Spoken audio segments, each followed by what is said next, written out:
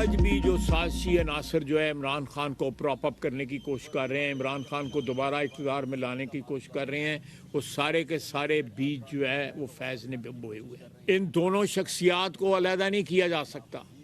ایک موقع آیا جب ابھینندن پکڑا گیا, میں گواہ ہوں, اس میٹنگ کے اندر میں بیٹھا ہوا تھا, انہوں نے سرگی نہیں ہوندی تھی, بندہ واپس کر دیتا ہے کہ کدھر سازش نہ پہ جائیے. اگر فیض اور عمران کا جو ہے وہ گٹھ جوڑ قائم رہتا تو پتہ نہیں پاکستان کا کیا حشر ہوتا. ہو سکتا ہے کسی جنگ کی ضرورت ہی نہ پڑتی, اندر سے یہ پاکستان کو برباد کرتا. وردی والے ہوں یا پشاوری چپل والے, سب کا محاسبہ ہوگا. سازشی عناصر اب بھی بانی پی ٹی آئی کو واپس لانے کی کوشش کر رہے ہیں. بانی پی ٹی آئی پروجیکٹ کے انچارج فیض حمید کے خلاف مزید قانونی کارروائی ہوگی. پروجیکٹ پر عمل درآمد فیض حمید کی سربراہی میں ہوا. وزیر دفاع خواجہ آصف کی پریس کانفرنس کا 9 مئی کے پیچھے فیض حمید کی سوچ تھی. Man power P T I کارکنان کی تھی. بانی اور فیض حمید کا گٹھ جوڑ برقرار رہتا تو شاید ملک اندر سے ہی تباہ ہو جاتا, بیرونی جنگ کی ضرورت ہی نہ رہتی. فیلڈ مارشل سید آصف منیر کی قیادت میں مارکہ حق میں فتح حاصل ہوئی. پاکستان کو جو عزت ملی اس کی مثال نہیں. آج ہم دنیا میں سر اٹھا کر چل رہے ہیں. ان کی سازش کامیاب ہو جاتی تو پاکستان تباہ ہو جاتا. پی ٹی آئی کی لیڈرشپ کالعدم ٹی ٹی پی کو بھتا دیتی ہے. پی ٹی آئی ہی طالبان کو واپس لائی, انہیں پاکستان میں بسایا گیا.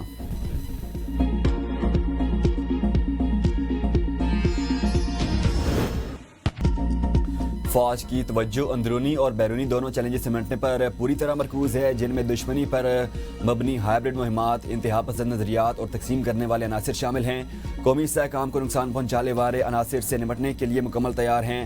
Chief of defence forces field marshal Asif Munir کی گجرانوالہ اور سیالکوٹ گیریزن کے دورے کے موقع پر گفتگو. چیف آف آرمی سٹاف اور چیف آف ڈیفنس فورسز نے افسران اور جوانوں کے بلند حوصلے اور قومی سلامتی کے لیے غیر متزلزل عزم کو سراہا.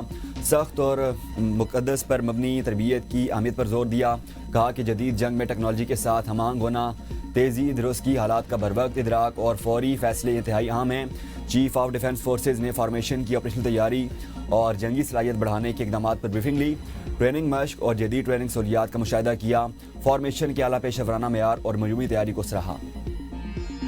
When we took over the reins of this government back in March 2024, our economy was in a very difficult situation. These were very scary challenges, right looking into our faces. Through outstanding teamwork, excellent planning and untiring efforts, I can say today with a sense of relief and sense of achievement that Alhamdulillah Pakistan is economically out of war. Pakistan بحران سے نکل آیا. ملکی معیشت مستحکم اور معاشی اشاریہ مثبت ہیں. پاکستان میں ریگولیٹری اصلاحات کے اجراء پر خوشی ہے.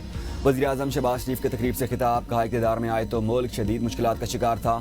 اصلاحات عوام کا مطالبہ اور کاروباری ترقی کی خواہش تھی. کاروباری برادری سرمایہ کاری پیچیدہ قوانین اور غیر ضروری ضوابط سے پریشان تھے. مہنگائی بے قابو تھی. پالیسی ریٹ معیشت کو مفلوج کر چکا تھا. ملک میں کاروباری سرگرمیاں جمود کا شکار تھیں.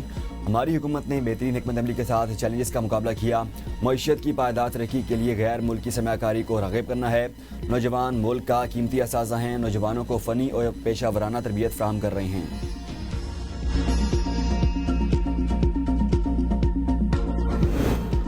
صدر مملکت آصف علی زرداری کی لاہور میں گورنر پنجاب سمیت مختلف سیاسی شخصیات سے ملاقاتیں.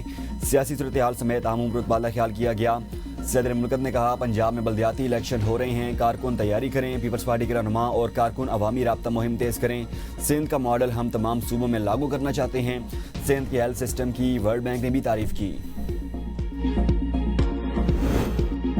پی ٹی آئی کو وزیراعظم کی جانب سے متعدد بار مذاکرات کی پیشکش کی گئی. بانی پی ٹی آئی کی ضد کی وجہ سے مذاکرات ممکن نہیں ہو پا رہے.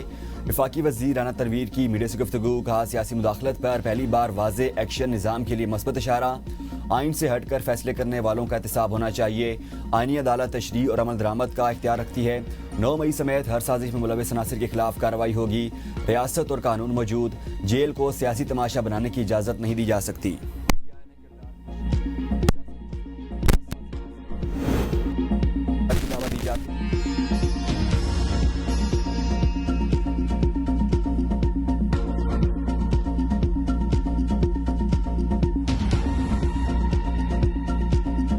ملک میں قانون اور آئین کے حوالے سے بڑے مسائل ہیں. اپوزیشن لیڈر کا نوٹیفیکیشن نہیں جاری کیا گیا. تحریک انصاف ایک جمہوری پارٹی ہے. تحریک انصاف کے لیے قومی اسمبلی میں ہر جگہ تقریباً ختم ہو گئی. پارٹی میں اختلافات فطری, مگر تمام اراکین بانی پی ٹی آئی کے ساتھ ایک پیج پر ہیں. پی ٹی آئی کی تمام نشستیں بانی پی ٹی آئی کی امانت ہیں. تمام تر دباؤ کے باوجود پی ٹی آئی ارکین نے وفاداری نبھائی.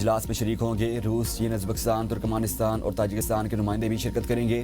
ایرانی وزیر خارجہ کے مطابق خطاب کے بعد مشترکہ اعلامیہ جاری کیا جائے گا۔ اسلام آباد میں فائرنگ سے 2 خواتین قتل، ایک شدید زخمی۔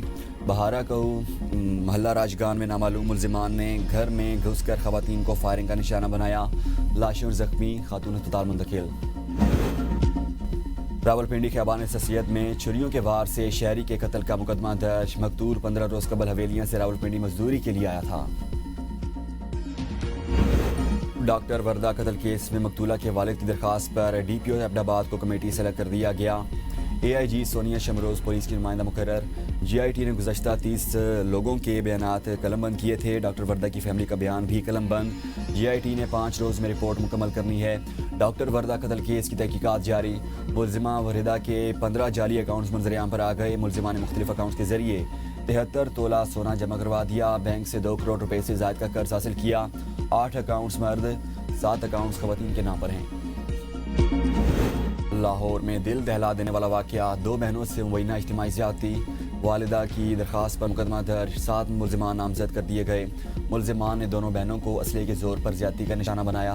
پولیس کے مطابق 4 ملزمان گرفتار کر لیے گئے، دیگر کی گرفتاری تلاش جاری۔ لاہور میں 20 کلو سونا غائب کیس، تاجر شیخ وسیم کے خلاف ایک اور مقدمہ درج، تفتیش کا دائرہ کار بھی وسیع کر دیا گیا۔ پولیس کے مطابق دوسرا مقدمہ نور العین نامی شہری کی مدعیت میں درج کیا گیا، جس میں الزام عائد کیا گیا کہ ملزم 9 کروڑ مالیت کا سونا لے کر فرار ہو گیا۔ ٹریول ریکارڈ کے مطابق ملزم ملائیشیا، بینکاک، دبئی اور سعودی عرب کے مختلف شہروں کا سفر کرتا رہا ہے۔ پاکستان نیوی اور میری ٹائم سیکورٹی ایجنسی کی گڈانی کے قریب اسمگلنگ کے خلاف کارروائی، 37 ارب روپے مالیت کی 500 کلو گرام آئس اور غیر ملکی شراب برآمد۔ ایف بی آر کے مطابق غیر ملکی شراب اور آئس کی بین الاقوامی مارکیٹ میں قیمت 13 کروڑ 20 لاکھ امریکی ڈالر ہے۔ شکارپور میں فائرنگ سے 4 افراد قتل، ملزمان فرار، دونوں گروپس میں 6 گھنٹوں میں متعدد بار فائرنگ کا تبادلہ ہوا۔ پولیس کے مطابق واقعہ پرانی دشمنی کا شاخسانہ ہے۔ بلندری آزاد پتن حادثے میں شدید زخمی گاڑی کا کنڈکٹر ہولی فیملی اسپتال میں دم توڑ گیا۔ ڈیم سے ایک اور شخص کی لاش برآمد، جاں بحق ہونے والوں کی تعداد 10 ہو گئی۔ حادثے کے بعد آزاد پتن ڈیم سے اب تک 9 لاشیں برآمد ہو چکی، مزید 2 افراد کی تلاش جاری۔